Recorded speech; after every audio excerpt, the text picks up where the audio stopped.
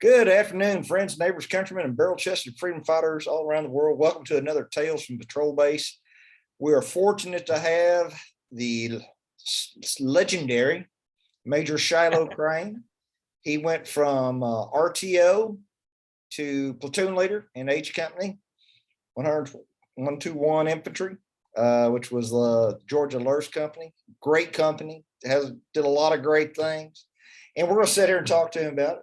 Shilo, it's a pleasure to have you. I think it's been, 20 years since I saw you? Yeah, at least, man. Time flies by. Yeah.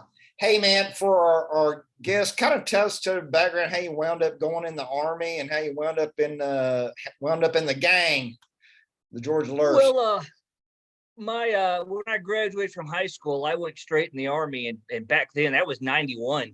I mean, I knew nothing of the Army, so I thought you could either be an infantry dude, fire a cannon, or drive a tank.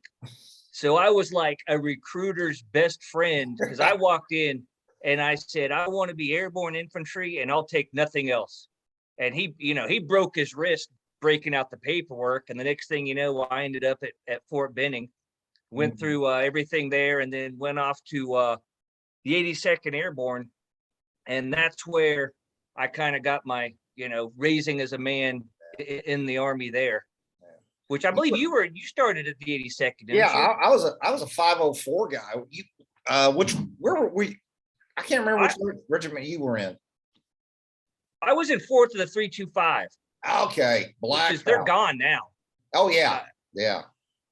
But I finished my first tour with the 82nd, and I knew I eventually wanted to become an officer. So my plan was to get out, go to college, get my degree, and come back in as an officer. But so when you're getting out, they're like they try to recruit you into the Guard. Yep. And I didn't, you know how it is on active duty, the nasty Guard. They're a bunch of shit bags. And I was like, I didn't want to join at all. And then they said, well, hey, they got a LRSC unit in Georgia. You can still jump, and they're actually a really good unit. So I said, what the heck? If it sucks, I'll just quit going because, it's the Guard. Yeah. So I joined the LRSC unit and went back to Georgia, enrolled in college, and showed up to my first drill at Company H. Yeah. Yeah. And I think I met you, you had just graduated Ranger School. Yeah, I was class 596. So that would have been like April or May of 96. That sounds all right. And you showed up and you made quite an impression. It was all good. Well, Company H is different because I showed up. I still was wearing my 82nd unit patch, and I thought I was going to show these nasty Guard guys what a real infantry soldier looked like. And when I came to my first, drill, I was amazed that basically every person there was prior active duty. Yeah. I mean, the majority of the people there were 101st, 82nd, Ranger Battalion. Yeah.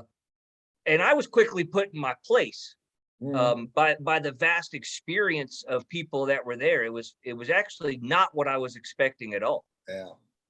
Oh, well, there was a plethora of skill sets there, and just fantastic guys.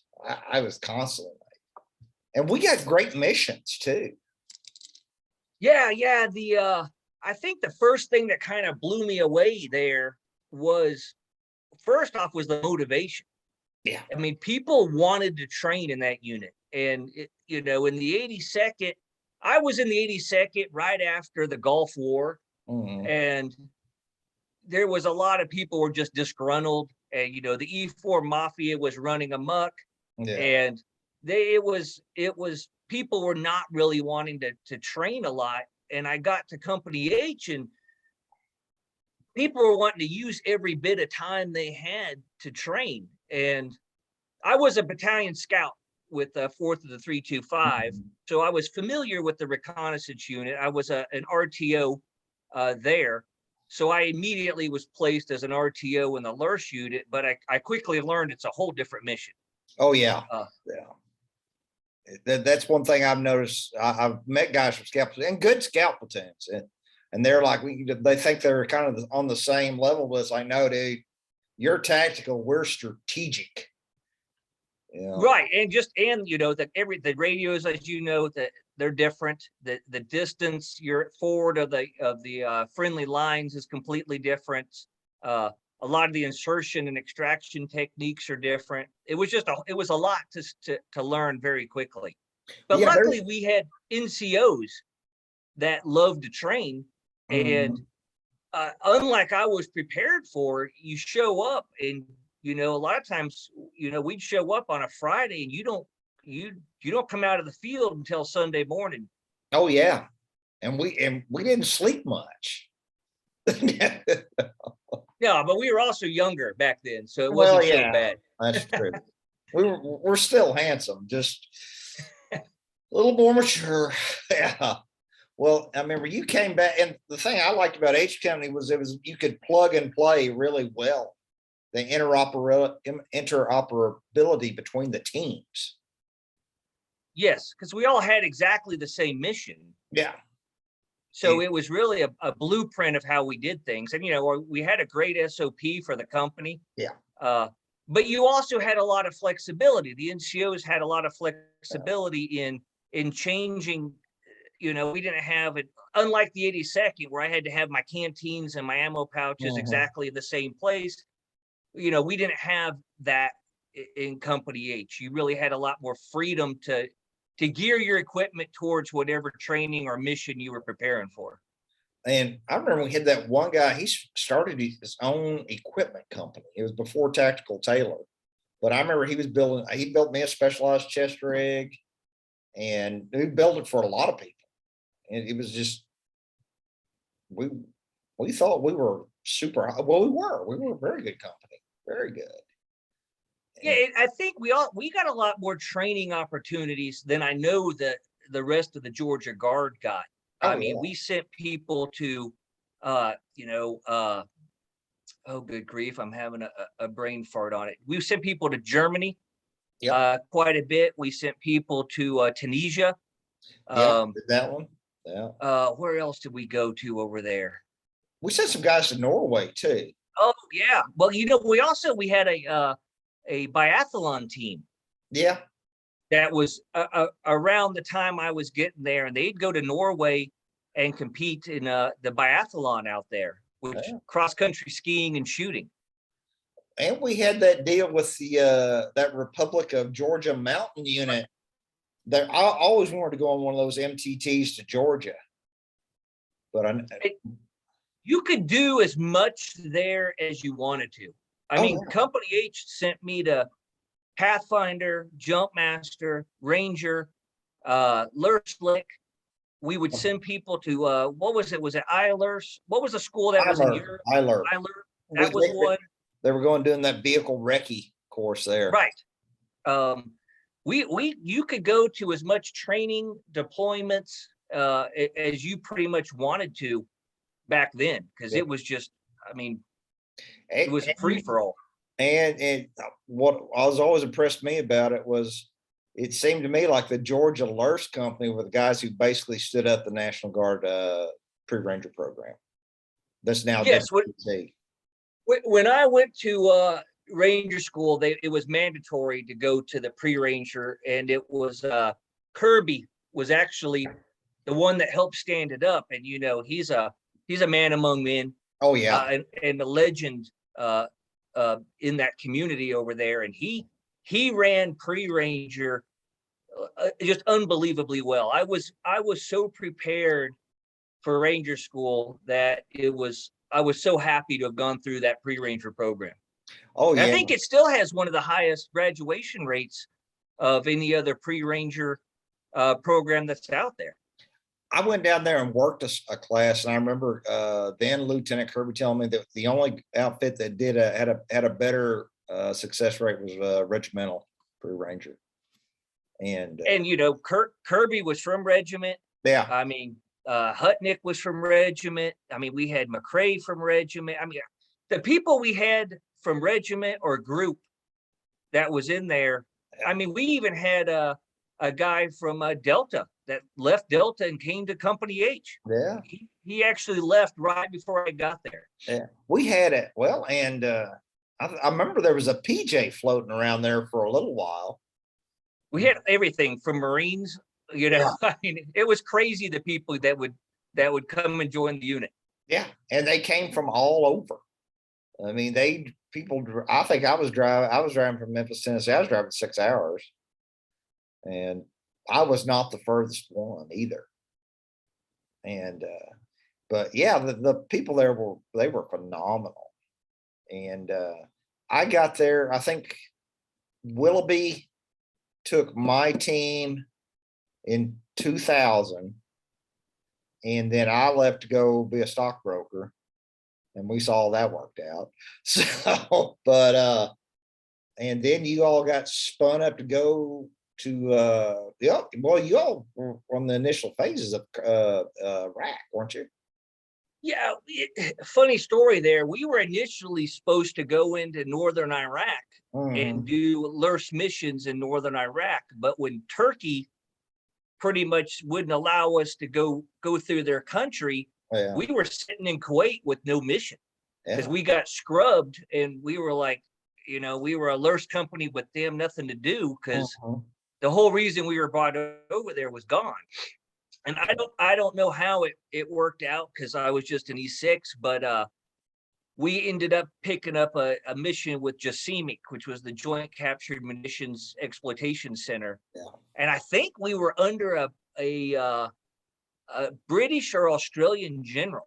Yeah. I know we were with the Aussies on our ops there, and like Navy guys were there with us. It was this whole like task force. Joint task force kind of thing. Right.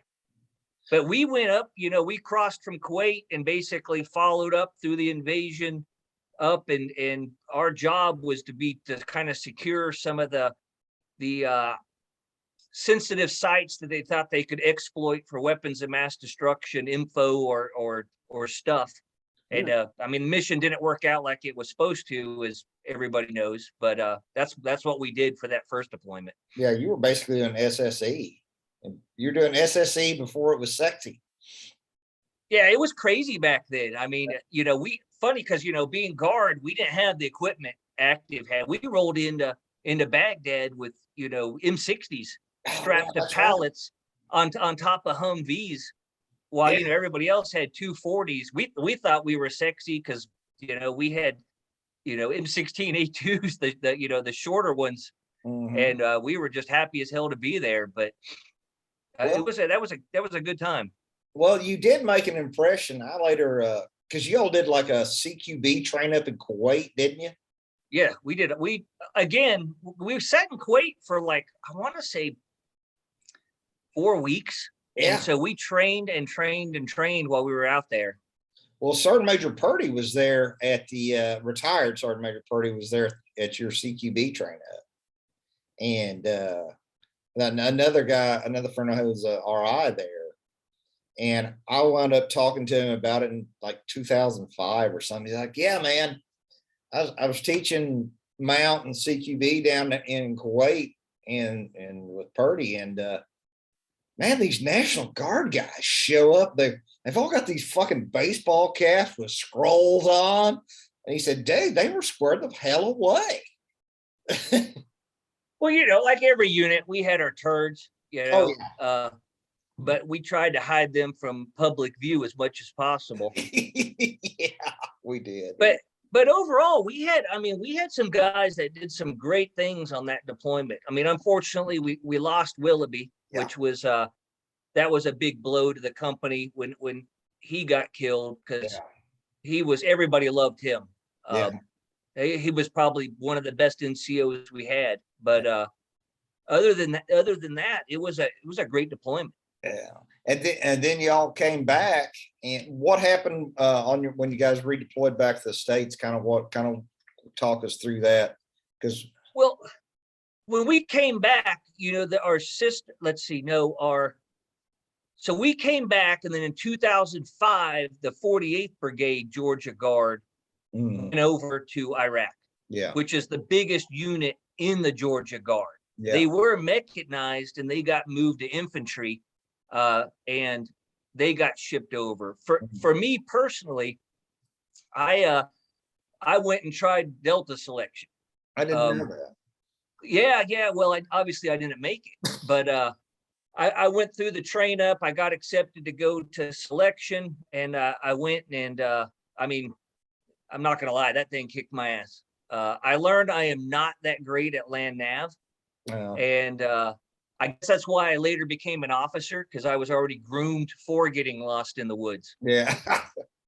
Well, you know, it's like I had one of my Joes that he failed out of Pathfinder school when I was in the Texas LRSC, and he was all broken down about it and down in the mouth. And I was like, well, you know, look at so and so over there. You know, you respect him. Well, failed Delta Selection. You see so and so over there. Guess what? He failed Pathfinder the first time. So and so over there, he went through Ranger School. You did. Men do try and do man things, and we fall but our butts sometimes. You know, it was my first blow to my ego, because I had passed every other school I'd ever been to first time goes. And so when I go in there and having to make that call back to the wife for the first time ever, saying I didn't make it, I'm coming home. I mean, that was a painful flight home. Oh, I bet it was. But I got the letter from them saying, hey, do you want to, you know, come back and try again? I still have that letter, as a matter of fact. But when I came back, they said, hey, we're really short on infantry officers. Do you have any desire? Well, let me back up. One thing I forgot in this whole course of my career was I ended up joining the counter drug task force. Which was a full-time. So full-time, I was doing military stuff, but I was working for this counter drug task force. And then I was still going to drill.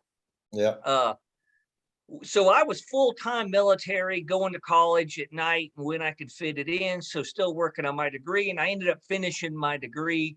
And they said, would you like to become an officer? Well, and I thought, I said, well, that's where I always wanted to end up. And I was, you know, about to pin on E7. I'd have been a platoon sergeant already. I said, you know what? I'd love to go back and start over again and stay leading troops for a while. So I went to IOBC and finished up all my my officer training. And then when that ended, we basically got the call up that we're going back to Iraq in 2006. And on that one, we were actually doing actual LRSC operations. Well, hey, Shilo, I tell you, we're going to run out of time in about 4 minutes. We'll make this part 1, and we'll just restart it and we'll do part 2. Okay. Yeah, I would definitely love to hear about, you know, what you guys were doing in Iraq in 2006. Because I remember when I was in Mosul, and I'm in the chow hall, and I'm like, those are H Company t-shirts.